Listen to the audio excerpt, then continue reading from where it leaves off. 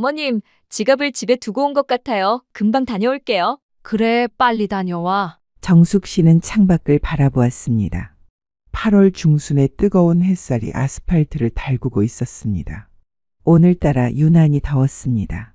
아침 뉴스에서 폭염주의보가 내렸다고 했던 것 같았는데 이런 날씨에 밖에 나와 있으니 숨이 막힐 지경이었습니다.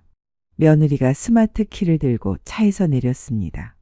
며느리가 차에서 내리자마자 들렸던 찰칵 소리. 자동으로 잠기는 소리였습니다. 보통은 차에서 내려도 시동이 걸린 상태면 문이 잠기지 않는데 며느리가 스마트 키를 가지고 나가는 바람에 자동으로 시동이 꺼진 거였습니다. 정숙 씨는 별 생각 없이 핸드백을 뒤적였습니다. 물티슈라도 꺼내서 땀을 닦아야겠다고 생각했습니다. 그런데 에어컨 바람이 나오지 않았습니다. 시동이 꺼져서 그런 걸까요? 차 안이 점점 후끈해지기 시작했습니다. 그러다가 서서히 온도가 올라갔습니다. 마치 찜질방에 들어간 것처럼 느껴졌습니다. 어라? 정숙 씨는 창문을 열려고 손을 뻗었습니다. 그런데 버튼을 아무리 눌러도 창문이 내려오지 않았습니다. 시동이 꺼져서 그런 건지 아니면 뭔가 고장이 난 건지 알 수 없었습니다. 정숙 씨는 시계를 보았습니다. 벌써 10분이 넘게 지나 있었습니다. 차 안 온도는 계속 올라가고 있었습니다. 이마에 땀이 송글송글 맺히기 시작했습니다. 이상하네, 정말? 혼잣말을 하며 문 손잡이를 당겨보았습니다. 그런데 문이 열리지 않았습니다. 안쪽에서 열리는 손잡이를 아무리 당겨도 꿈쩍도 하지 않았습니다. 이때부터 뭔가 잘못되었다는 생각이 들기 시작했습니다. 창문도 안 열리고 문도 안 열렸습니다. 설마 고장은 아니겠지, 아니면 며느리가 실수로 차 전체를 잠가버린 걸까요? 아, 진짜 왜 이래? 이제 짜증이 나기 시작했습니다. 처음에는 그냥 더운 정도였지만 이제는 숨이 막힐 것 같았습니다. 등줄기로 땀이 줄줄 흘러내렸습니다. 블라우스가 등에 달라붙었습니다. 며느리는 도대체 뭘 하고 있는 걸까요? 지갑 찾는데 이렇게 오래 걸릴 리 없었습니다. 정숙 씨는 가방에서 휴대폰을 꺼내 보았습니다. 배터리가 방전되어 있었습니다. 하필 이럴 때. 아, 진짜 왜 이래? 사우나에 있는 것 같았습니다. 아니, 사우나보다 더 답답했습니다. 사우나는 적어도 나갈 수 있으니까요. 정숙 씨는 다른 문으로 탈출을 시도해 보았습니다. 운전석 문, 조수석 문, 반대편 뒷문. 하지만 어느 문도 열리지 않았습니다. 마치 차 전체가 감옥이 되어버린 것 같았습니다. 시간이 더 지나갔습니다. 15분, 20분. 차 안 온도는 이미 견디기 힘든 수준이었습니다. 옷이 땀으로 흠뻑 젖었습니다. 점점 숨을 쉬는 것도 힘들어졌습니다. 아무리 며느리와 사이가 좋지 않다고 해도 이런 짓을 할 리는 없었습니다. 분명 실수이거나 차 고장이었을 것입니다. 누가 좀 도와주세요. 정숙 씨는 작은 목소리로 중얼거렸습니다. 아, 잔소리꾼 없으니까 좋다. 집 안은 시원했습니다.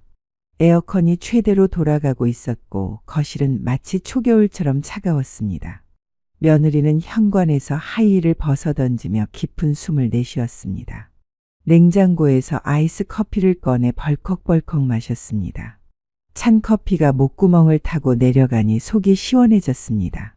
소파에 몸을 던지듯 앉아서 휴대폰을 꺼냈습니다. 지금 올라와 안전해.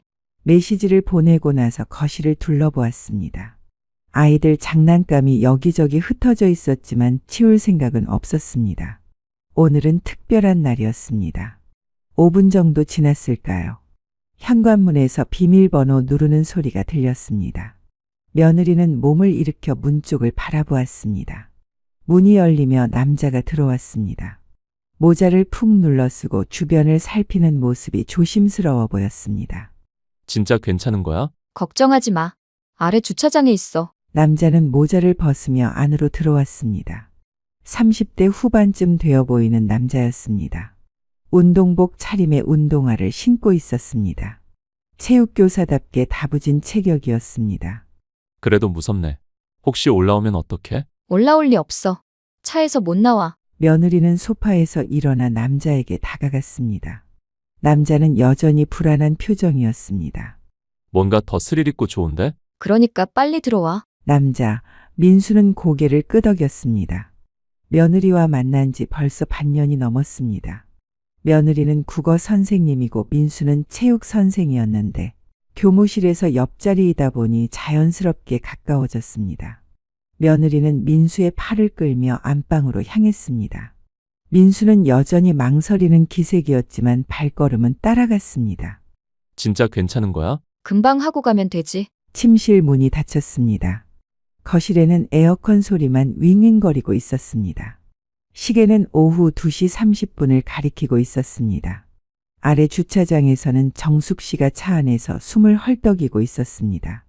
30분이 지났습니다. 정숙 씨의 블라우스는 이미등과 겨드랑이 부분이 흠뻑 젖어 있었습니다. 처음에는 이마에만 맺혔던 땀이 이제는 온몸에서 쏟아져 나왔습니다. 아이고, 내 팔자야. 갑자기 이게 뭔 일이야. 목소리가 쉬어 있었습니다. 입안이 바싹 말라서 침을 삼키기도 힘들었습니다. 차 안 온도는 계속 올라가고 있었습니다. 유리창 너머로 보이는 아스팔트에서는 아지랑이가 피어오르고 있었습니다. 손잡이를 잡아당기고 밀어보고 비틀어보기도 했습니다. 하지만 어떤 문도 열리지 않았습니다. 창문도 마찬가지였습니다. 모든 버튼을 눌러봤지만 시동이 꺼진 상태에서는 아무것도 작동하지 않았습니다. 심지어 비상등도 켜지지 않았습니다. 누가 좀, 제발. 주차장을 둘러봤지만 사람은 보이지 않았습니다. 다른 차들도 모두 조용히 서 있을 뿐이었습니다. 이 시간에는 모두 집에 있거나 직장에 있을 터였습니다. 정숙 씨는 차 창문을 주먹으로 두드려 봤습니다. 도와주세요. 차에 갇혔어요. 하지만 목소리는 차 밖으로 잘 들리지 않는 것 같았습니다. 게다가 목이 너무 말라서 큰 소리를 내기도 힘들었습니다. 시간이 더 지났습니다. 정숙 씨의 상태는 점점 나빠졌습니다. 숨쉬기가 힘들고 공기가 뜨겁고 무거워서 숨을 들이마실 때마다 가슴이 답답했습니다. 속옷까지 흠뻑 젖었습니다. 며느리 전현이 뭘 하고 있는 거야? 이제는 화가 나기 시작했습니다. 지갑을 찾는다고 해놓고 이렇게 오래 걸릴 리 없었습니다. 분명 뭔가 다른 일을 하고 있는 것 같았습니다. 절망감이 밀려왔습니다. 혼자서는 이 상황을 해결할 수 없었습니다. 차는 최신형이라 모든 것이 전자식이었습니다. 시동이 꺼진 상태에서는 손으로 할 수 있는 게 아무것도 없었습니다. 1시간이 지났습니다. 정숙 씨는 이제 제대로 앉아있기도 힘들었습니다. 몸에 힘이 빠졌습니다. 머리가 무거워서 벽에 기대고 있어야 했습니다. 심장이 이상하게 뛰었습니다. 너무 빨리 뛰는 것 같다가도 갑자기 느려지는 것 같았습니다. 가슴이 답답하고 숨이 짧았습니다. 이러다가 정말 죽겠다. 진짜로 무서웠습니다. 이런 상황이 계속되면 정말 위험할 것 같았습니다. 뉴스에서 본 적이 있었습니다. 여름에 차 안에 갇혀서 열사병으로 죽는 사람들 말이었습니다. 정숙 씨는 다시 창문을 두드렸습니다. 이번에는 더 세게, 더 오래 두드렸습니다. 주먹이 아팠지만 멈출 수 없었습니다. 누구 없어요? 도와주세요, 제발. 목소리가 갈라지고 울음이 나왔습니다. 눈물이 뺨을 타고 흘러내렸습니다. 그 눈물마저 뜨거웠습니다. 그때 문득 아들의 얼굴이 떠올랐습니다. 어렸을 때 아들의 모습, 엄마한테 안기려고 팔을 벌리던 모습, 준호야, 손주들의 얼굴도 떠올랐습니다. 애들아, 할머니가 이렇게. 울음이 터져 나왔습니다. 하지만 눈물을 흘릴수록 몸에서 수분이 더 빠져나가는 것 같았습니다. 입술이 바짝 말랐습니다. 혀도 거칠거칠했습니다. 정숙 씨는 가방을 뒤져서 물티슈를 찾았습니다.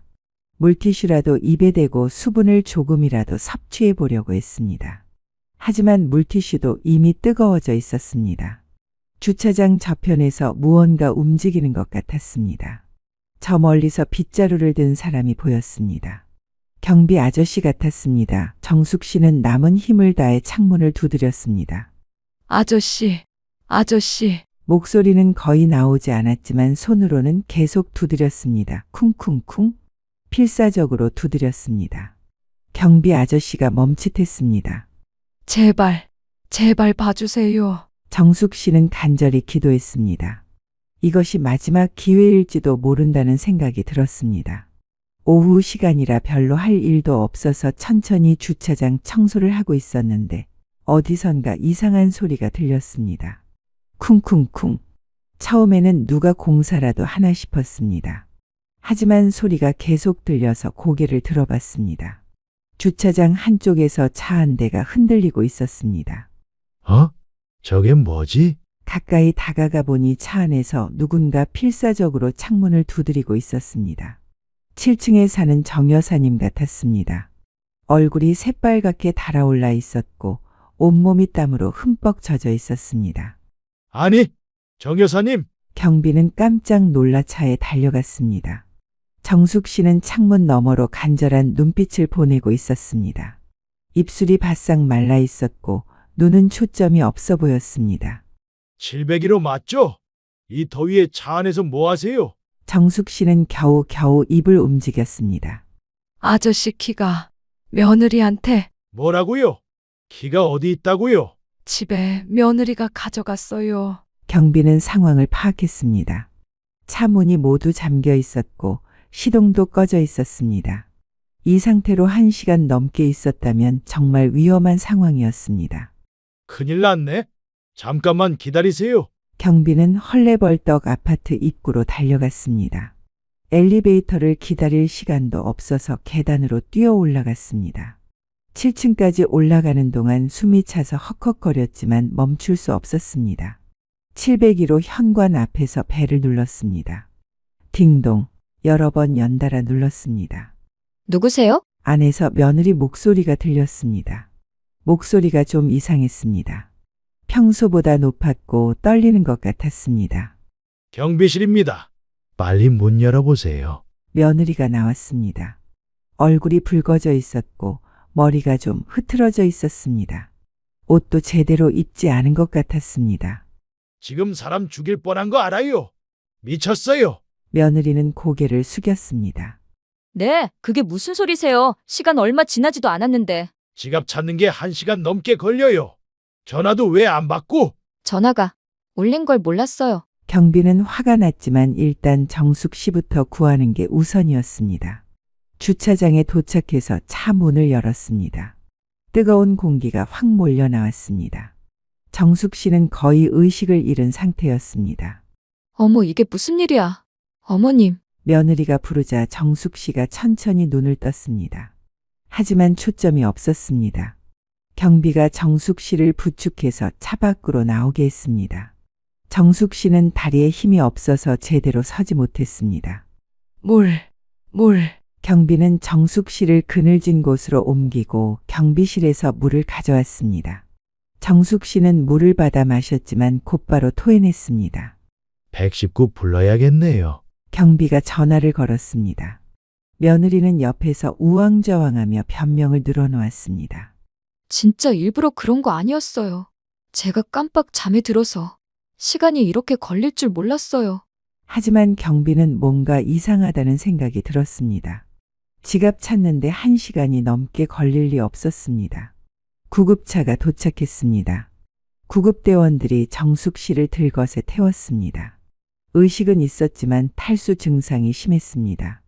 보호자분도 같이 가세요. 며느리가 구급차에 탔습니다. 경비는 그 모습을 지켜보며 고개를 저었습니다. 이상한 일이네. 정말 이상해. 구급차가 떠나고 주차장은 다시 조용해졌습니다.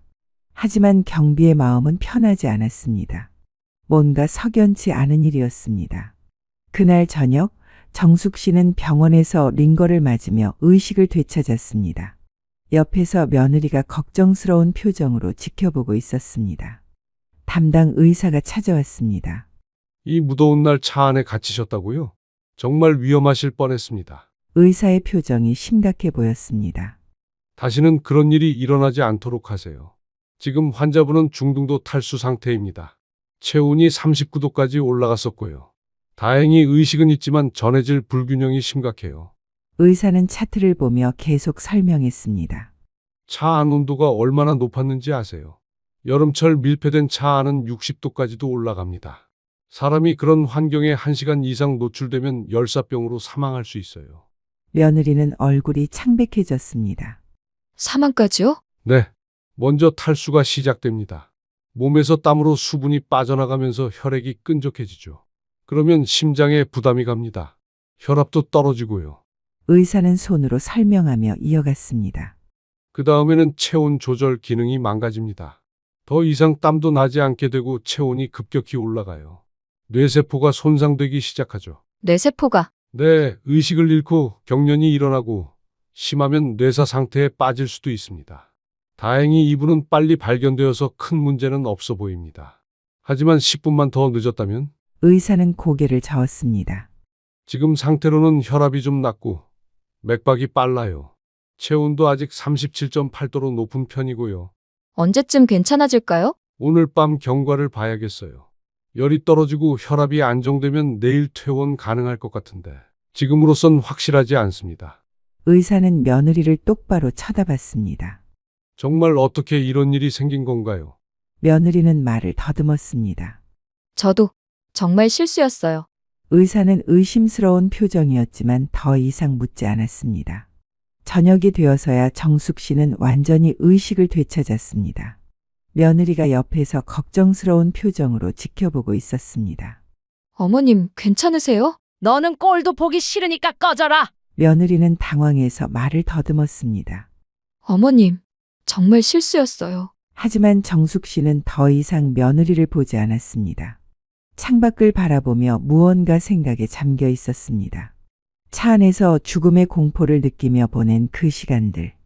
며느리가 진짜 실수를 한 건지 아니면 다른 이유가 있는 건지 의심이 싹트기 시작했습니다. 저녁 7시쯤 병원 복도에 급한 발걸음 소리가 들렸습니다. 준호가 회사에서 급히 달려온 모습이었습니다. 넥타이는 비뚤어져 있었고 얼굴에는 땀이 송글송글 맺혀 있었습니다. 엄마 괜찮으세요? 준호는 병실 문을 벌컥 열고 들어왔습니다. 침대에 누워 링거를 맞고 있는 어머니를 보자 얼굴이 새파래졌습니다. 엄마, 무슨 일이에요? 지영이한테 전화 받고 깜짝 놀랐어요. 차에 갇혔다는 게 무슨 말이에요? 정숙 씨는 아들을 보자 눈물이 핑 돌았습니다. 하지만 곧 참았습니다. 지금은 감정적으로 나갈 때가 아니었습니다. 준호야, 엄마가 정말 죽을 뻔했어. 그런데 지영이는 어디 갔어요? 집에 보냈어. 꼴도 보기 싫어서. 어떻게 된 거예요? 지영이 말로는 지갑 찾으러 올라갔다가 깜빡 잠들어서. 준호야, 의사 선생님 말씀 들었니? 네? 무슨 말씀요? 차 안 온도가 60도까지 올라간대. 1시간만 더 늦었으면 뇌사 상태까지 갈 수 있었다고 하더라. 준호의 얼굴이 더욱 굳어졌습니다. 60도요? 그럼 정말 위험하셨겠네요. 그러게. 경비 아저씨 아니었으면 정말 큰일 날 뻔했어. 그런데 참 이상하더라. 지갑 찾는다고 올라간 사람이 1시간 넘게 연락도 안 되고. 준호는 어머니의 손을 잡으며 말했습니다. 엄마, 정말 무서우셨겠어요. 차 안에서 혼자. 응, 정말 무서웠어. 문도 안 열리고 창문도 안 열리고 숨이 막혀서 죽는 줄 알았어. 사실 뭔가 이상하다는 생각이 들어. 무슨 뜻이에요? 그냥 느낌이 그래. 하지만 지금은 확실하지 않으니까 섣불리 말하긴 그렇고. 엄마, 혹시 뭔가 알고 계신 거 있어요? 정숙 씨는 고개를 저었습니다. 아니야. 그냥 이상하다는 생각만 들 뿐이야. 시간이 지나면 진실이 드러나겠지. 엄마, 오늘은 제가 여기서 밤새울게요. 아니야. 집에 가서 애들 챙겨. 지영이 혼자서는 제대로 못할 거야. 하지만 괜찮아. 내일 아침에 퇴원할 수 있대. 너는 집에 가. 네, 알겠어요. 준호는 어머니의 진지한 표정에 고개를 끄덕였습니다.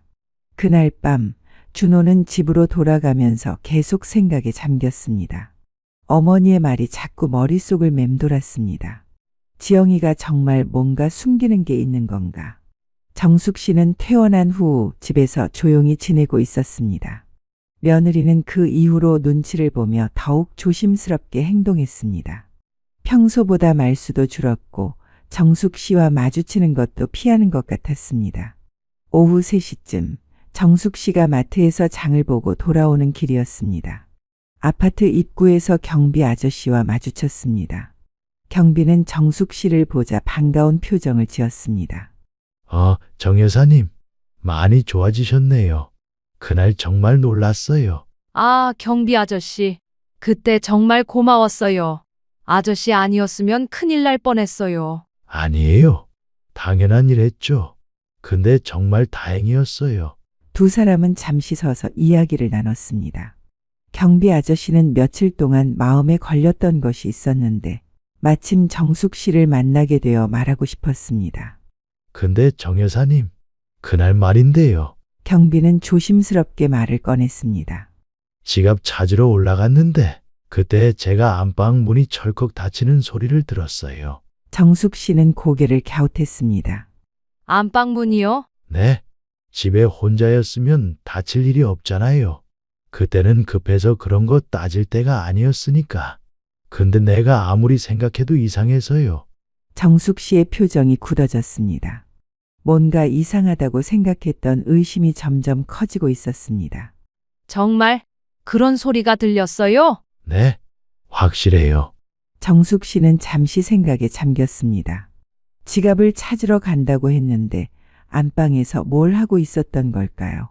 저기, 혹시 그날 CCTV 다시 한번 볼 수 있을까요? 경비는 망설였습니다. 보통은 CCTV를 함부로 보여주지 않았지만 정숙 씨의 간절한 표정을 보니 거절하기 어려웠습니다. 잠깐만요. 경비실로 오세요. 두 사람은 경비실로 들어갔습니다. 경비는 컴퓨터를 켜고 그날 오후 시간대 영상을 찾았습니다. 이때쯤이었죠? 네, 2시 반쯤이었을 거예요. 화면에 엘리베이터 앞모습이 나타났습니다. 처음에는 아무도 보이지 않았습니다. 그러다가 2시 40분쯤 엘리베이터 문이 열렸습니다. 그런데 나온 사람은 며느리가 아니었습니다. 낯선 남자였습니다. 모자를 푹 눌러 쓰고 주변을 두리번거리며 나왔습니다. 30대 후반쯤 되어 보이는 남자였습니다. 정숙 씨의 얼굴이 굳어졌습니다. 저 사람은 누구죠? 경비도 놀란 표정이었습니다. 글쎄요. 처음 보는 사람인데 화면 속 남자는 잠시 망설이더니 702로 현관으로 향했습니다. 그리고 비밀번호를 누르고 들어갔습니다. 정숙 씨와 경비는 동시에 숨을 멈췄습니다. 저 사람이 우리 집 비밀번호를 어떻게... 이상하네요. 정말 이상해요. 영상을 계속 보았습니다. 잠시 후 며느리가 경비와 함께 나오는 모습이 나왔습니다. 며느리의 표정은 당황스러워 보였지만 뭔가 연기하는 것 같기도 했습니다. 그리고 5분쯤 뒤 남자가 다시 나타났습니다. 문을 열고 나와서 엘리베이터 앞에 섰습니다. 모자를 쓰고 핸드폰을 보는 척하면서 CCTV를 눈치 보는 것 같았습니다. 남자는 엘리베이터를 타고 유유히 사라졌습니다. 경비 아저씨가 중얼거렸습니다. 저 남자, 아드님 아닌데요. 정숙 씨는 말없이 화면을 바라봤습니다. 오래도록 바라봤습니다. 머릿속이 복잡했습니다. 자신이 차 안에서 죽어가고 있을 때 며느리는 집에서 낯선 남자와 함께 있었던 것입니다. 그것도 안방에서. 모든 것이 명확해졌습니다.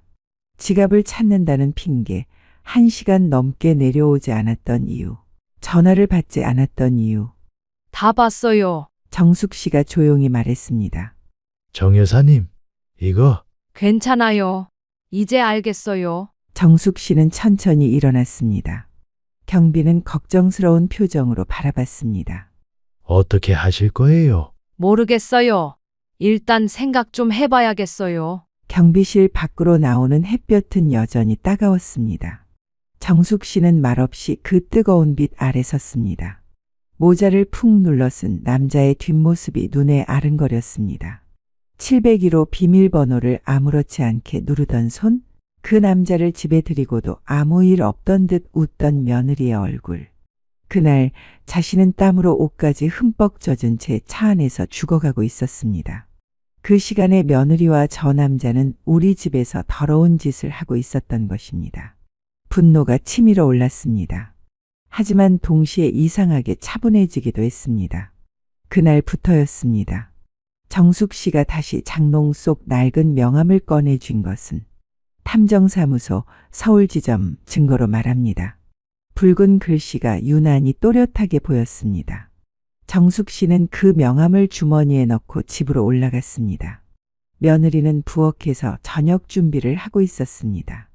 어머님, 어디 다녀오셨어요? 며느리의 목소리는 평상시보다 조심스러웠습니다. 응, 마트. 정숙 씨는 짧게 대답하고 방으로 들어갔습니다. 며느리는 뭔가 이상하다는 듯 정숙 씨의 뒷모습을 바라봤습니다. 방 안에서 정숙 씨는 명함을 다시 꺼내봤습니다. 오래된 명함이었지만 전화번호는 선명했습니다. 핸드폰을 들고 번호를 눌렀습니다. 여보세요. 탐정사무소입니다. 저 의뢰하고 싶은 일이 있는데요. 이틀 후 정숙 씨는 강남의 한 빌딩 4층에 있는 탐정사무소를 찾았습니다. 문을 열고 들어가니 40대 중반쯤 되어 보이는 남자가 책상에 앉아 있었습니다. 안녕하세요. 전화 주신 분이시죠? 네, 맞습니다. 탐정은 김 실장이라고 자신을 소개했습니다. 20년 가까이 이 일을 해왔다고 했습니다. 정숙 씨는 상황을 차근차근 설명했습니다. 차에 갇혔던 일부터 CCTV에서 본 낯선 남자까지. 아, 그런 일이 정말 위험하셨겠네요. 김 실장은 고개를 끄덕이며 들었습니다. 그래서 이 여자가 뭘 하고 다니는지 증거로 부탁해요. 확실하게요. 네, 이해했습니다. 그런데 보통 이런 경우 며칠 정도 걸려요. 행동 패턴을 파악해야 하거든요. 시간은 상관없어요. 확실한 증거만 잡아주세요. 김 실장은 의뢰비와 진행 방식을 설명했습니다. 정숙 씨는 별다른 망설임 없이 계약서에 사인했습니다. 상대방이 어떤 사람인지 알 수 있을까요? CCTV에 나온 그 남자 말이에요. 저희가 확인해 보겠습니다. 며느리분 행동을 추적하다 보면 자연스럽게 나올 것 같은데요. 일주일이 지났습니다. 김 실장에게서 연락이 왔습니다. 정 여사님, 만나서 얘기하죠. 자료가 좀 나왔습니다. 다시 탐정 사무소를 찾은 정숙 씨 앞에 사진들이 펼쳐졌습니다. 며느리가 한 남자와 함께 있는 모습들이었습니다. 카페에서, 식당에서, 그리고 이게 결정적인 증거죠. 김 실장이 마지막 사진을 내밀었습니다. 모텔에서 나오는 며느리와 남자의 모습이었습니다. 둘 다 머리가 흐트러진 채로 나오고 있었습니다. 정숙 씨는 그 사진을 보며 씩 웃었습니다. 체육 선생님이랑 붙어 먹었다. 이거지? 네, 맞습니다. 상대방은 초등학교 체육교사예요. 이름은 강민수, 37세입니다. 만난 지는 약 6개월 정도 된 것 같네요. 보통 주 2-3회 만나고 있어요. 대부분 오후 시간대에 만나더라고요. 정숙 씨는 사진들을 하나하나 들여다봤습니다. 며느리의 얼굴에는 집에서 볼 수 없었던 밝은 표정이 있었습니다. 남자와 팔짱을 끼고 웃고 있는 모습이 거슬렸습니다. 이 사진들 복사해서 줄 수 있어요? 당연하죠. USB에 담아드릴게요. 그건 서비스. 정숙 씨는 사진들을 받아들고 집으로 돌아왔습니다. 하지만 바로 행동에 옮기지는 않았습니다.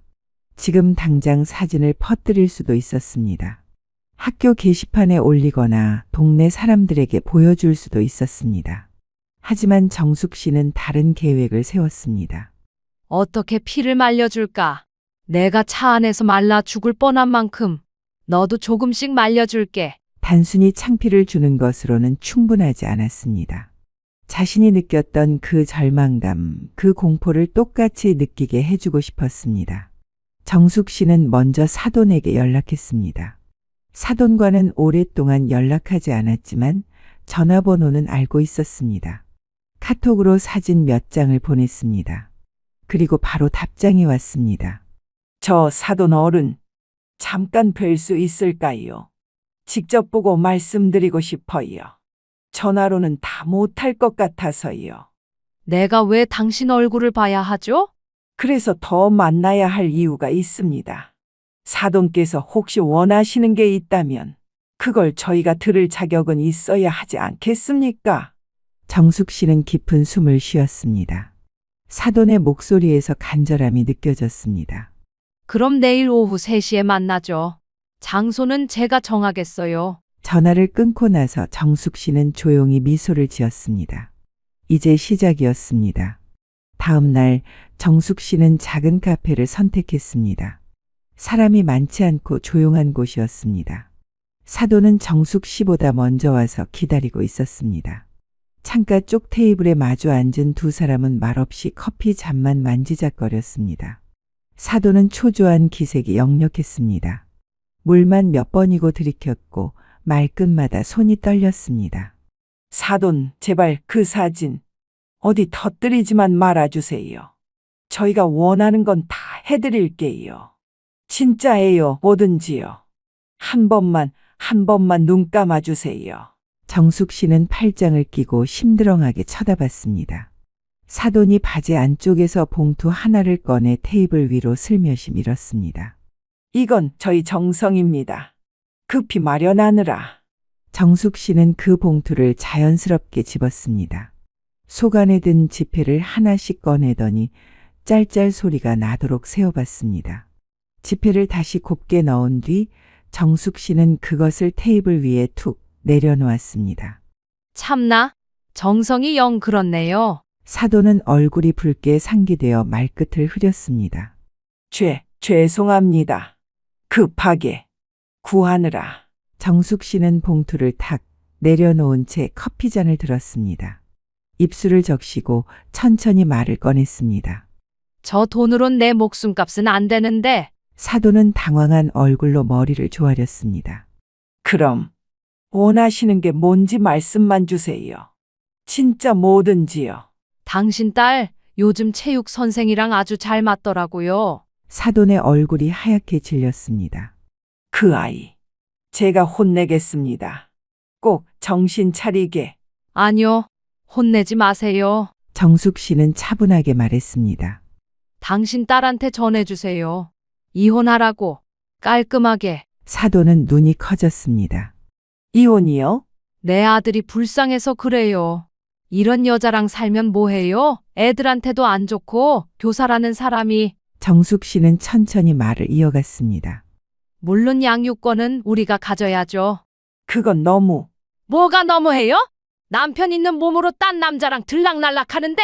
정숙 씨는 마지막으로 사돈을 향해 시선을 고정했습니다. 당신 딸이 이혼 서류에 도장 찍게 하세요. 양육권 포기각서도 함께요. 아, 그리고 돈 10원도 못 가지고 나갈 거니까 그렇게 아세요.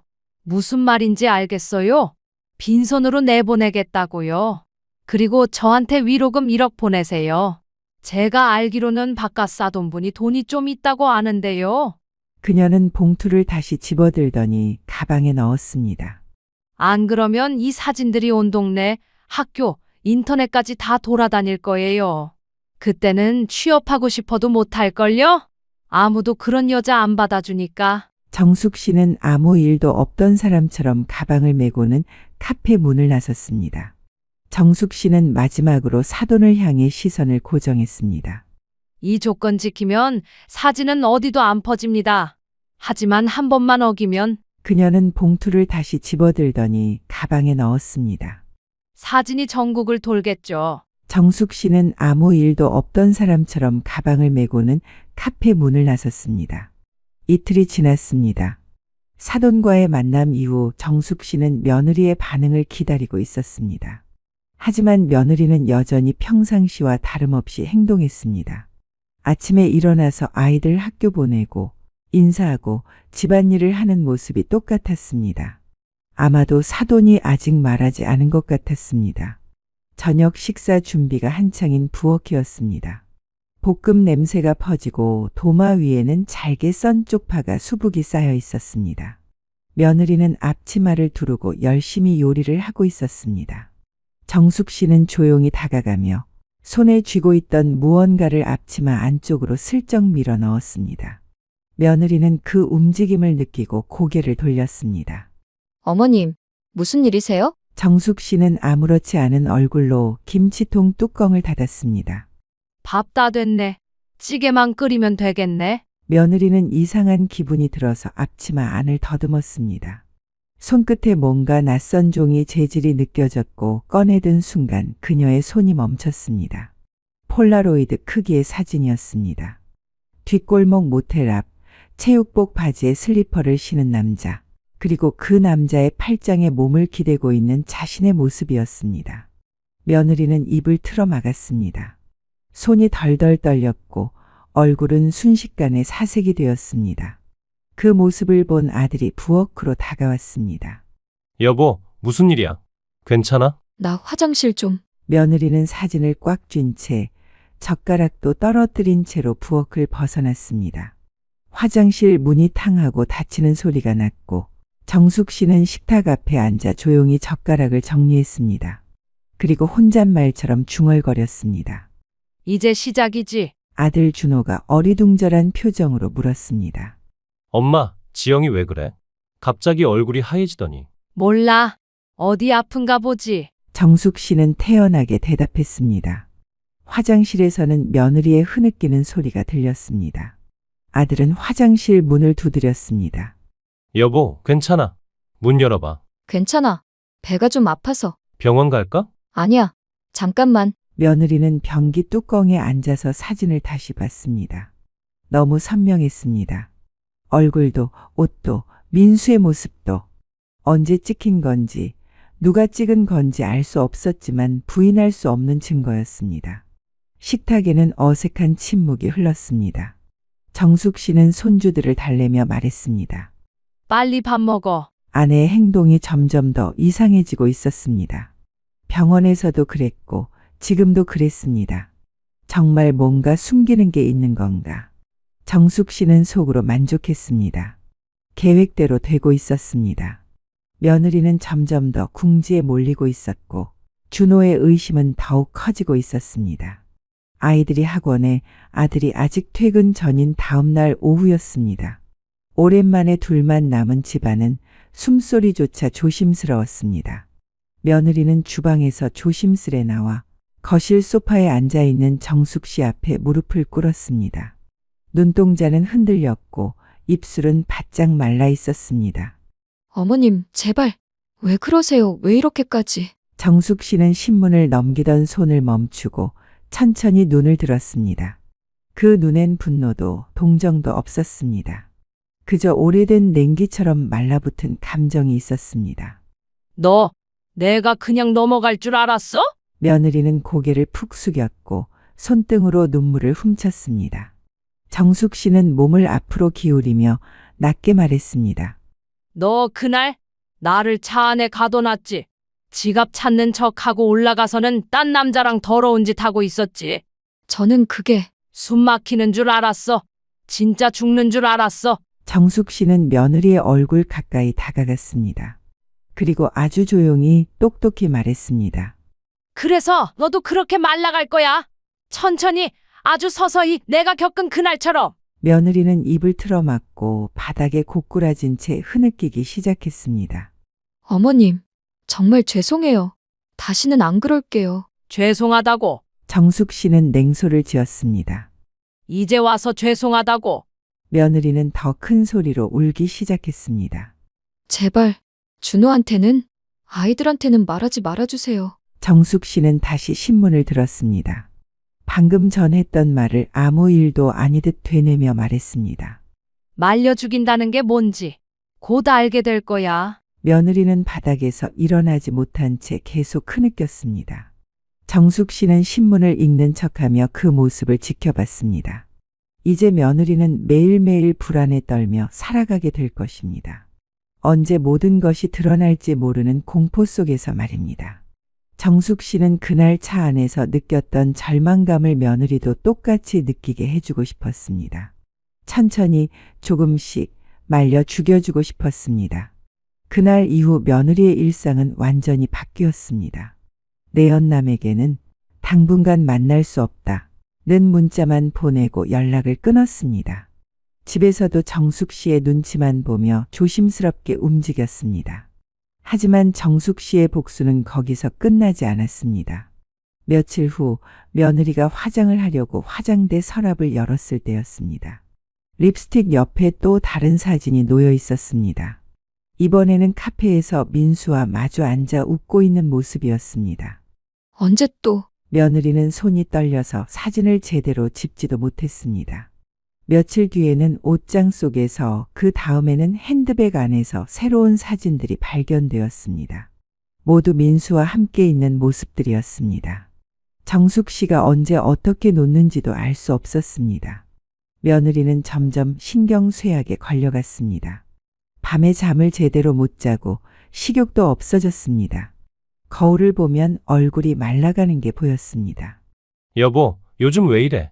많이 말랐네. 준호가 걱정했지만 며느리는 대답할 수 없었습니다. 그날 저녁 아이들이 잠든 후 며느리는 준호를 거실로 불렀습니다. 준호야, 할 말이 있어. 뭔데? 요즘 너 진짜 이상해. 어디 아픈 거야? 며느리는 한참을 망설이다가 입을 열었습니다. 나 다른 남자를 만났어. 준호는 처음에 못 알아들었다는 표정이었습니다. 뭐? 뭔 소리야? 정말 미안해. 6개월 동안 민수라는 사람을. 준호의 얼굴이 점점 굳어졌습니다. 너 지금 뭔 소리 하는 거야? 며느리는 눈물을 흘리며 모든 것을 털어놨습니다. 민수와 만난 일, 그날 차에 정숙 씨를 가둔 일, 집에서 민수와 함께 있었던 일까지. 준호는 듣는 내내 말을 하지 못했습니다. 얼굴이 새파래졌다가 빨개졌다가 했습니다. 너 진짜 그런 여자였어? 준호의 목소리가 떨렸습니다. 엄마가 차에서 죽을 뻔했을 때 너는 집에서 다른 남자랑. 준호야, 미안해. 정말 미안해. 미안하다고. 준호가 소리를 질렀습니다. 미안하다고 해결돼. 엄마가 죽을 뻔했는데. 준호는 며느리를 똑바로 쳐다봤습니다. 그 눈에는 분노와 실망 그리고 혐오가 가득했습니다. 다시는 꼴도 보기 싫으니까 꺼져. 당장 나가. 준호야, 아이들은. 아이들 걱정은 하지 마. 너 같은 엄마 둬서 뭐해? 준호는 더 이상 며느리를 보지도 않았습니다. 내일까지 짐 싸서 나가. 그리고 다시는 나타나지 마. 정숙 씨는 그런 며느리를 보며 속으로 만족했습니다. 일주일 후 사돈에게서 다시 전화가 왔습니다. 정숙 씨는 예상했다는 듯 침착하게 대답했습니다. 저한테 위로금 1억 주세요. 1억이요? 그건 너무. 너무 뭐가 너무해요? 당신 딸이 한 짓 생각해 보세요. 내 목숨 위태롭게 하고 우리 가정 파탄 내고. 정숙 씨는 목소리를 낮췄습니다. 1억 안 주면 사진 다 퍼뜨릴 거예요. 학교, 동네, 인터넷까지. 사돈은 한참을 말하지 못했습니다. 일주일 드릴게요. 생각해 보세요. 며느리는 친정 식구들에게 원망을 들어야 했습니다. 너 때문에 우리 노후 자금 날라갔다. 어떻게 이런 짓을 할 수 있니? 어머니의 눈물 섞인 목소리를 들으며 며느리는 더욱 절망했습니다. 엄마, 정말 미안해요. 미안하다고 해결돼? 내 아버지가 평생 모은 돈인데.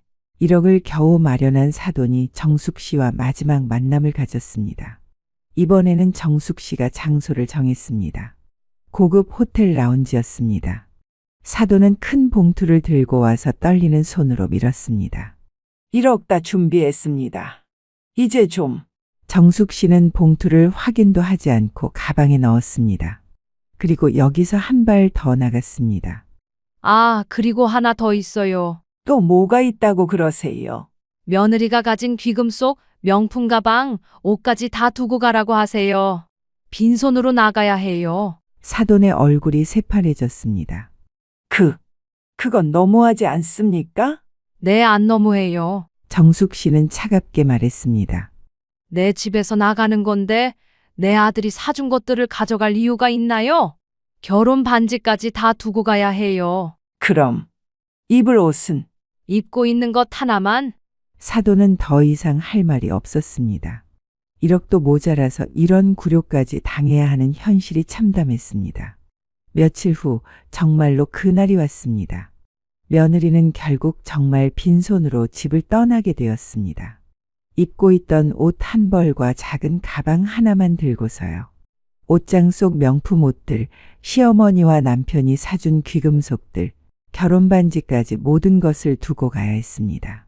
며느리가 떠난 후 정숙 씨는 1억을 받고 완전한 승리를 맛봤습니다. 며느리는 친정에서도 환영받지 못했습니다. 가족들이 원망의 눈초리로 봤기 때문입니다. 그 돈 때문에 우리 인생이 망가졌는데 네가 여기서 편하게 살 생각은 마라. 친정에서도 눈치를 보며 살아야 했습니다. 민수와도 이미 끝난 사이라 도움받을 곳도 없었습니다. 며느리는 결국 작은 원룸을 얻어 혼자 살며 근근히 살아가게 되었습니다. 아이들을 보고 싶어도 볼 수 없었고 친정과도 관계가 틀어진 상태였습니다. 반면 정숙 씨는 1억으로 손주들 교육비도 마련하고 여유로운 노후를 보낼 수 있게 되었습니다. 절망감을 이제야 알겠지? 정숙 씨는 창가에 앉아 시원한 차를 마시며 완전한 복수의 달콤함을 맛보았습니다. 복수는 완벽했습니다. 어르신 여기서 뭐 하세요? 여기가 우리 아들 집인데 연락을 못해서요. 아드님 연락처를 알고 계신가요? 가방을 도둑 맞아서 전화도 못해요. 전화번호도 그 안에 있었는데 내가 번호를 자꾸 깜빡깜빡해. 풋, 그러게. 그냥 시골에서 조용히 살지 왜 기어 올라와서 저 고생을 해? 차 안에서 며느리는 경찰서를 향해 떠나는 시어머니의 모습을 재밌다는 듯 바라보았습니다. 이젠 우리 집에 오겠다는 소리 다신 안 하겠지? 진짜 꽃이다. 며느리는 만족스러운 표정으로 차를 출발시켰습니다. 본격 이야기 시작 전 구독 한번 꼭 부탁드려요. 고속버스에서 내려 잠시 벤치에 앉아 숨을 돌리며 물을 한 모금 마셨습니다. 한 손에는 생수병을 들고 옆자리에는 가방을 두었습니다. 그때였습니다. 누군가 슬며시 지나가는 척하면서 가방을 낚아채 골목으로 쏙 숨어버렸습니다. 순식간에 벌어진 일이었습니다. 정 씨는 당황의 자리에서 급히 일어났지만 이미 도둑은 사람들 사이로 사라져버렸습니다. 도둑이야. 누가 내 저놈 좀 잡아줘요? 정 씨는 다급하게 소리쳤습니다. 하지만 아무도 관심을 가지지 않았습니다. 사람들은 힐끗 그녀를 쳐다보기만 할 뿐 모두 저마다 바쁜 걸음으로 제 갈 길을 가고 있었습니다. 그렇게 한동안 제자리에서 서성이며 주변을 둘러보았지만 아무도 나서 도와주려 하지 않았습니다. 이럴 어째 나쁜 놈이 어디로 갔지? 가방 속에는 현금도 휴대폰도 그리고 아들 집 주소가 적힌 수첩도 모두 들어 있었습니다. 정 씨는 잔뜩 당황한 얼굴로 사라진 도둑을 따라 인파를 헤치며 골목길로 향했습니다. 하지만 도둑은 이미 흔적도 없이 사라진 뒤였습니다. 어떡하지? 전화도 못하고 돈도 없고 아들 집 주소도 모르는데. 순간 정 씨의 눈앞이 캄캄해졌습니다. 서울에 도착한 지 고작 10분 만에 길을 잃은 노인이 되어버린 것이었습니다. 아이고, 어쩌면 좋나. 발을 동동 구르던 정 씨는 길가에 서 있는 한 중년 아주머니를 붙잡았습니다. 저 아주머니, 정말 죄송한데 제가 가방을 도둑 맞았어요. 휴대폰 좀 잠깐만 빌려주실 수 있을까요? 아들한테 전화 한 통만 하게요. 그러나 아주머니는 정 씨를 한참 동안 위아래로 훑어보며 의심스러운 눈빛을 보냈습니다. 그 표정에는 불쾌함이 가득 서려 있었습니다. 휴대폰이요? 아유, 요즘 보이스피싱이 얼마나 많은데. 그 말과 함께 아주머니는 가방을 단단히 끌어안고는 바쁜 걸음으로 뒤돌아 가버렸습니다. 정 씨는 그 자리에 덩그러니 서서 뒷모습을 바라볼 뿐이었습니다.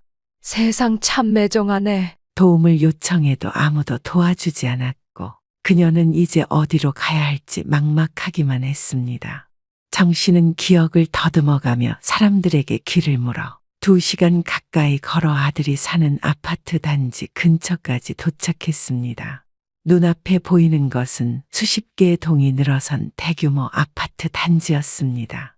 아파트가 이렇게 크면 도대체 몇 동인지 어찌 찾아. 이 근처는 맞는데. 핸드폰도 없고 초인종을 눌러볼 정확한 동과 호수도 기억나지 않았습니다.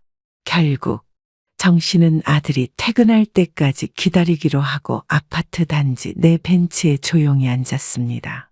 저 멀리서 한 차량이 들어오더니 조용히 속도를 줄이며 정문을 지나갔습니다. 차 안에는 다름 아닌 며느리 서희가 앉아 있었습니다. 서희는 정문을 통과하던 순간 단지 안을 서성이는 정씨를 발견했습니다. 아니요, 어머님. 아니, 여긴 어떻게? 순간적으로 놀란 그녀는 브레이크를 밟았습니다. 설마 말도 안 하고 온 건가? 귀찮게 그냥 못 본 척 해야겠다. 그저 조용히 앞을 바라보며 숨죽인 채 차 안에서 가만히 있었습니다. 아파트 단지 입구에 서서 여전히 아들의 퇴근을 기다리는 시어머니를 등 뒤로 둔 채 서인은 조용히 휴대폰을 꺼내 경비실로 전화를 걸었습니다. 아, 네, 저 110동 주민인데요. 지금 단지 안에 어떤 할머니가 돌아다니고 있어요. 계속 단지를 서성거려서요. 확인 좀 부탁드릴게요. 전화를 끊은 후 서인은 입가에 미소를 지으며 조용히 차 안에서 시어머니를 지켜보고 있었습니다. 이러면 알아서 데려가겠지. 잠시 후 단지 내순찰을 돌던 경비원 2명이 정씨를 발견하고 다가왔습니다. 그들은 할머니가 단지 입구 근처에서 서성이며 계속 같은 자리를 맴도는 모습을 보고 이상하게 여겼습니다. 할머니, 여기서 뭐 하세요? 한 경비원이 조심스럽게 물었습니다. 정씨는 놀란 얼굴로 돌아보며 다급히 손을 모았습니다. 아, 저기 내 아들 집이 여기 있는데 연락을 못해서요. 그냥 좀 기다리고 있는 거예요. 아드님 성함이 어떻게 되세요? 우리 정민이 집 맞는데 내가 주소를 적어둔 걸 가방째 도둑 맞아서. 경비원들은 속닥거리며 수상하다는 듯 서로를 바라보았습니다. 주소도 모르고 연락도 못하면 혹시 치매 노인이신가? 아드님 전화번호가 어떻게 되시는데요? 하지만 정씨는 아들 번호 뒷자리가 계속 헷갈렸습니다. 어르신 이 번호는 없는 번호라고 뜨는데 이거 맞아요? 아, 그게 내가 번호가 자꾸 깜빡깜빡해서 뒷자리가 오였던가 구였던가. 결국 경비원들은 더 큰 문제가 생기기 전에 경찰에 신고하기로 결정했습니다. 무전기를 꺼내 경찰서로 연결하며 말을 이었습니다. 여기 단지 안에 치매 노인으로 보이는 분이 계십니다. 거주자 명단에도 없고 본인도 연락처나 정확한 주소를 기억하지 못하셔서 경찰에서 확인 좀 부탁드립니다. 경찰차가 아파트 단지 입구로 천천히 들어왔습니다. 순찰을 돌던 경찰 2명이 차에서 내리더니 경비원의 안내를 받아 정씨에게 다가갔습니다. 어르신, 여기서 뭐 하세요? 여기가 우리 아들 집인데 연락을 못해서요. 아드님 연락처를 알고 계신가요? 가방을 도둑 맞아서 전화도 못해요. 전화번호도 그 안에 있었는데 내가 번호가 자꾸 깜빡깜빡해. 괜찮습니다, 할머니. 아드님 성함만 알려주시면 우리가 직접 연락해 보겠습니다. 정씨는 아들 정민의 이름을 또렷하게 말했습니다. 경찰은 곧바로 무전기를 이용해 본부와 연결한 뒤 정민의 연락처를 확보해 전화를 걸었습니다. 그러나 신호음만 길게 이어질 뿐 정민은 아직 퇴근 전이라 전화를 받지 않았습니다. 아드님께서 지금 전화를 받지 않으시네요. 어르신, 날도 추운데 이대로 계시면 감기 걸리시겠어요. 일단 저희랑 함께 가시죠. 경찰서에서 따뜻한 차 한잔 하시면서 가방 도난 사건도 접수하시면 좋겠습니다. 정씨는 잠시 망설였지만 경찰의 친절한 태도에 결국 고개를 끄덕였습니다. 할머니, 가방은 어디서 도둑 맞으신 거예요? 자세한 내용도 듣고 우리가 도와드릴 수 있는 부분은 도와드릴게요. 그래요, 고마워요. 잠깐 쉬려고 했을 뿐인데 그 사이에 그 나쁜 놈이 가방을 훔쳐가 버렸어요. 이런 일은 누구에게나 일어날 수 있어요. 요즘 소매치기 수법이 점점 교묘해져서 잠시만 방심해도 당할 수 있거든요. 경찰은 그녀를 조심스럽게 부축하며 경찰차로 안내했습니다. 서인은 운전석에 앉아 창밖으로 경찰차에 오르는 시어머니의 모습을 지켜보며 피식 웃음을 터뜨렸습니다. 푸릇, 그러게 그냥 시골에서 조용히 살지 왜 기어 올라와서 저 고생을 해? 차 안에서 팔짱을 낀 채 서인은 경찰서를 향해 떠나는 시어머니의 모습을 흥미롭다는 듯 바라보았습니다. 이젠 우리 집에 오겠다는 소리는 안 하겠지? 꽃이다, 진짜? 서인은 만족스러운 표정으로 차를 출발시켰습니다. 퇴근 후 회의가 끝난 정민은 휴대폰을 켰습니다. 그러자 바로 전화가 울렸습니다. 낯선 번호였지만 불길한 예감이 들어 서둘러 전화를 받았습니다. 여보세요. 김정민 씨 되시죠? 여기 경찰서입니다. 지금 어머님이 신원 확인이 안 되셔서 보호 중입니다. 네? 어머니가요? 무슨 말씀이세요? 어머니가 왜 경찰서에 계세요? 어머님께서 가방을 도난당하셨다고 하시는데 신분증과 휴대폰이 없으셔서 본인 확인이 안 된 상태였습니다. 경찰서로 와주실 수 있을까요? 네.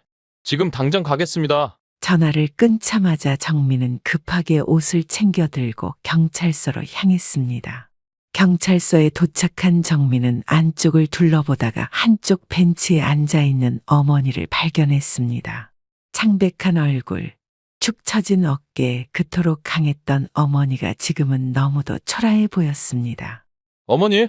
정민이 다가가자 정씨는 아들을 보자마자 그제야 참았던 눈물을 쏟아냈습니다. 정민아, 눈물을 흘리며 아들의 손을 꼭 붙잡았습니다. 아니, 어머니 서울에 갑자기 웬일이세요? 무슨 일이 있었던 거예요? 정씨는 손수건으로 눈물을 훔치며 떨리는 목소리로 그간 있었던 일을 하나하나 들려주었습니다. 정민은 그 이야기를 들으며 속이 상해 터질 것만 같았습니다. 어머니, 얼마나 힘드셨어요? 경찰관이 다가와 조용히 말했습니다. 어르신께서 많이 놀라신 것 같습니다. 그래도 다행히 무사하셔서 다행입니다. 정말 감사합니다. 어머니를 보호해 주셔서요. 덕분에 무사히 모실 수 있었습니다. 별 말씀을요. 앞으로 조심하시고 가방 도둑은 신고 접수됐으니 아드님 번호로 다시 연락드리겠습니다. 감사합니다. 경찰서에서 나오는 길, 정민은 어머니의 손을 꼭 잡고 말했습니다. 이제 괜찮아요, 어머니. 일단 집으로 가요. 집에 도착한 정민은 어머니를 부축하며 조심스럽게 문을 열었습니다. 그러나 집 안에 들어서자마자 예상 밖의 분위기가 펼쳐졌습니다. 정민이 어머니를 부축하며 들어왔지만 서희는 눈길 한 번 주지 않고 화면에 집중하고 있었습니다. 서희야, 어머니가 경찰서에 계셨더라. 그제야 서희가 천천히 고개를 돌려 정민을 바라보았습니다. 그러나 그녀의 표정은 전혀 놀라지 않았습니다. 오히려 시큰둥한 얼굴로 대답했습니다. 아, 그러셨어요? 내가 가방을 잃어버려서 세상에 별일이 다 있었어. 연락도 못하고 길도 헤매고 아주 고생을 했다니까. 그러나 서희는 여전히 태연한 목소리로 대꾸했습니다. 그러게요. 미리 말씀하시고 좀 오시지 그랬어요? 정민은 순간적으로 인상을 찌푸렸습니다. 보통 사람이면 걱정을 먼저 하지 않나. 정민은 이상한 기분이 들었지만 피곤한 기색이 역력한 어머니를 생각하며 곧바로 따지지는 않았습니다. 그런데 며느리는 여전히 별 관심이 없어 보였습니다. 그저 소파에 기대어 과자를 우물거리며 화면을 바라보고 있었습니다. 어머님, 그러게 시골에 계시지 왜 오셔서 이런 일을 겪으세요? 정민은 속에서 무언가 뜨겁게 올라오는 걸 느꼈습니다. 어머니가 서울까지 오셨다가 가방을 도둑맞고 연락도 못하고 길을 헤매며 경찰서까지 갔는데 정작 며느리는 한마디 걱정조차 없었습니다. 이건 그냥 무심한 게 아니라 어딘가 이상하다. 정민은 먼저 어머니를 편하게 쉬게 해드리는 것이 우선이라고 생각했습니다. 긴 하루를 보내며 고생한 어머니가 따뜻한 밥 한 끼라도 드시고 편히 주무셔야 한다는 생각에 부엌으로 향했습니다. 그는 냉장고를 열어 간단한 국과 반찬을 꺼내 따뜻하게 데웠습니다. 어머니, 식사하세요. 오늘 정말 고생 많으셨어요. 정민은 어머니가 편히 주무실 수 있도록 방에 이부자리를 준비하고 따뜻한 물수건을 건네며 씻고 쉬시라고 말씀드렸습니다. 피곤하실 텐데 일찍 주무세요. 필요한 거 있으면 언제든지 말씀하시고요. 그래, 고맙다. 내 얼굴 보니까 마음이 좀 놓이는구나. 어머니가 방으로 들어가고 나서도 정민의 머릿속은 복잡했습니다. 오늘 아내의 태도가 점점 이상하다고 생각되었고 어머니를 대하는 모습까지 더해지니 의심이 더욱 짙어졌습니다. 어머니가 경찰서에 다녀오셨는데도 저렇게 태어날 수 있다고? 뭔가 꺼림칙한 기분이 들었습니다. 정민은 조용히 안방을 나와 거실로 향했습니다. 아내는 이미 침실에서 잠이 든 듯 조용했습니다. 그는 천천히 아내의 가방에서 차키를 꺼냈습니다. 정민은 조용히 신발을 신고 아파트 주차장으로 내려갔습니다. 차 문을 열고 운전석에 앉아 블랙박스를 확인하기 위해 메모리 카드를 꺼냈습니다. 노트북을 연결하고 파일을 재생하는 순간 정민의 심장이 서서히 요동치기 시작했습니다. 설마 말도 없이 온 건가? 귀찮게 그냥 못 본 척 해야겠다. 푸, 그러게 시골에 있지. 왜 여기까지 와서 저 고생을 해? 이젠 다신 오겠다는 소리 안 하겠지? 꽃이다. 정민은 그 자리에서 손을 부들부들 떨었습니다. 어머니를 보고도 그냥 모른 척 했다는 거야? 경비한테 신고한 것도 모자라 경찰까지 부르게 만든 게 너였다고? 화가 머리끝까지 치밀었습니다. 손에 힘을 주고 주먹을 꽉 쥐었습니다. 그는 숨을 깊이 들이마셨다가 내쉬며 블랙박스를 닫고 메모리 카드를 노트북에서 뺐습니다. 너 우리 어머니한테 한 짓을 꼭 후회하게 만들어줄게. 주말 아침, 정민은 평소와 다름없이 조용히 아침 식사를 준비했습니다. 여보, 그냥 요 앞에서 간단히 먹고 오는 게 어때? 굳이 멀리 갈 필요 있어? 어머님도 오셨으니까 간만에 바다도 보고 맛있는 것도 먹고 그러자. 을왕리 쪽에 괜찮은 식당 알아봤어. 날도 좋은데 드라이브도 할 겸 다녀오자. 바깥 나들이를 좋아하지 않는 그녀에게 을왕리까지 가자는 말은 귀찮은 일이었지만 정민이 단호한 표정으로 설득하자 어쩔 수 없이 못 이기는 척 고개를 끄덕였습니다. 그래, 뭐 바람도 좀 쐬고 오지, 뭐. 정씨는 피곤한 기색이었지만 오랜만에 아들과 함께하는 시간이 소중했기에 별다른 불평 없이 따르기로 했습니다. 그래, 어디 나가서 맛있는 거라도 먹으면 좋지. 그는 화가 난 마음을 꾹 참고 있었지만 머릿속에는 이미 치밀한 복수 계획이 서 있었습니다. 오늘 그는 아내에게 제대로 된 대접을 해줄 작정이었습니다. 정민이 차를 몰고 아파트 단지를 벗어나자 서희는 창밖을 바라보며 한숨을 내쉬었습니다. 아, 귀찮아. 그냥 근처에서 먹으면 되는 걸. 왜 굳이 저 멀리까지 가? 세 사람이 탄 차는 을왕리를 향해 고속도로를 달리고 있었습니다. 창밖으로 푸른 하늘과 도로가 끝없이 이어졌지만 차 안의 분위기는 어딘가 묘하게 흘렀습니다. 여보, 나 화장실 좀 가야겠어. 너무 급해. 정민은 아무렇지 않은 척 고개를 끄덕이며 차선을 변경했습니다. 알았어. 마침 휴게소 나오네. 거기서 잠깐 들르자. 차는 곧 고속도로 휴게소로 들어갔습니다. 서희는 차가 멈추자마자 서둘러 안전벨트를 풀고 문을 열었습니다. 휴대폰 배터리 얼마 안 남았으니까 충전해 두고 와. 응, 알겠어. 금방 갔다 올게. 서희는 별다른 의심 없이 휴대폰을 충전기 케이블에 꽂아 놓고는 급히 화장실로 향했습니다. 정민은 그녀가 건물 안으로 사라지는 걸 확인하자마자 망설임 없이 기어를 조작했습니다. 차는 다시 출발했습니다. 아니, 며느리는? 저런 사람은 고생 한번 제대로 당해봐야 해요. 그게 무슨 말이니? 휴게소에 혼자 버려두면 어떡해. 휴대폰도 두고 갔는데. 어머니, 제가 어제 차의 블랙박스를 확인했어요.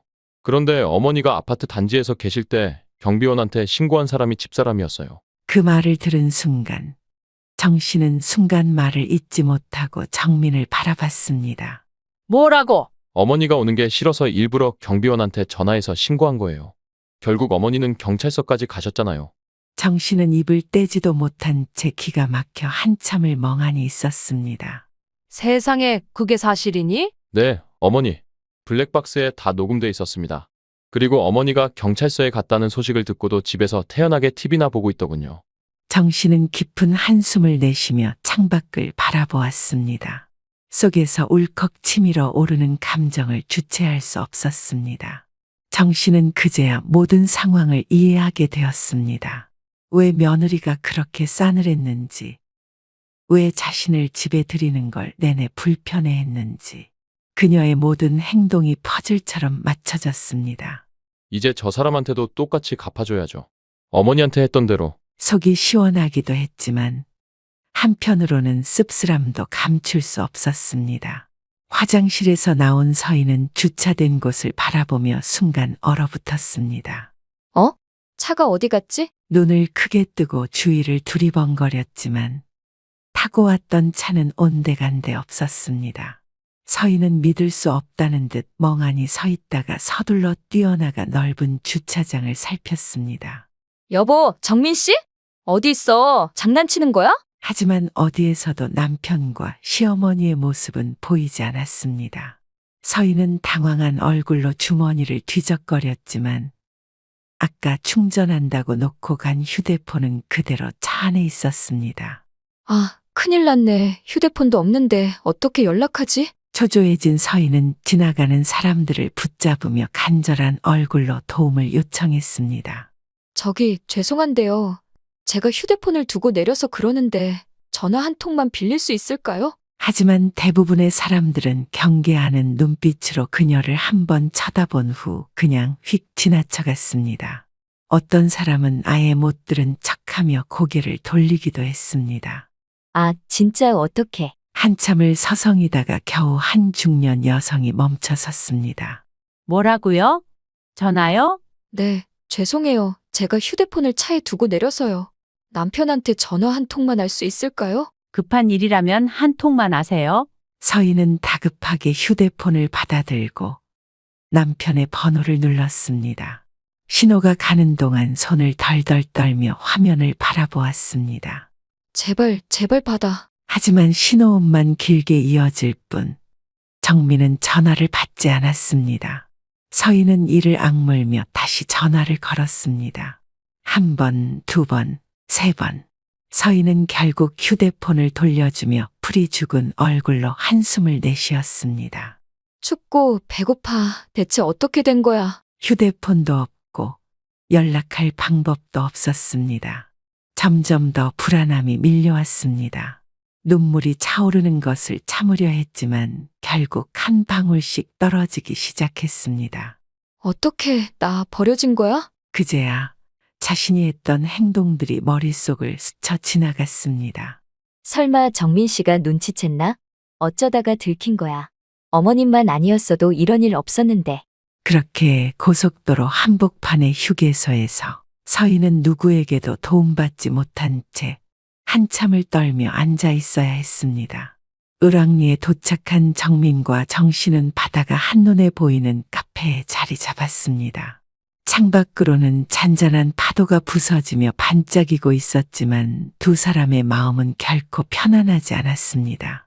정씨는 차가운 바닷바람을 맞으며 깊은 한숨을 내쉬었습니다. 이제 어떻게 할 거니? 바로 이혼해야죠. 소송도 걸 거고요. 어머니를 그렇게 농락한 사람이랑 절대 같이 못 살아요. 소송까지 걸겠다는 건 증거도 다 보관해 놨어요. 블랙박스 녹음이며 집에서 했던 행동들, 경비실에 신고한 기록까지 전부 가지고 있습니다. 변호사와 상의해서 소송하면 이길 수 있을 거예요. 정씨는 아들이 이렇게까지 단호하게 나오리라고는 예상하지 못했습니다. 이렇게까지 해야 하니 그래도 한때는 내가 사랑했던 사람이었잖아. 어머니를 그렇게 대하는 모습을 보고 나니 더 이상 같이 살 이유가 없어요. 그래, 내가 내린 결정이면 나도 믿을게. 이렇게까지 결심했으면 그만한 이유가 있는 거겠지. 어머니, 이제 걱정하지 마세요. 어차피 집도 제 명이니까 나갈 사람은 서희예요. 어머니는 이 집에서 편안하게 지내시면 돼요. 그래도 이렇게 끝나는 게 조금 허무하구나. 허무하긴요. 저 사람이 한 행동들을 생각하면 오히려 이게 늦은 거예요.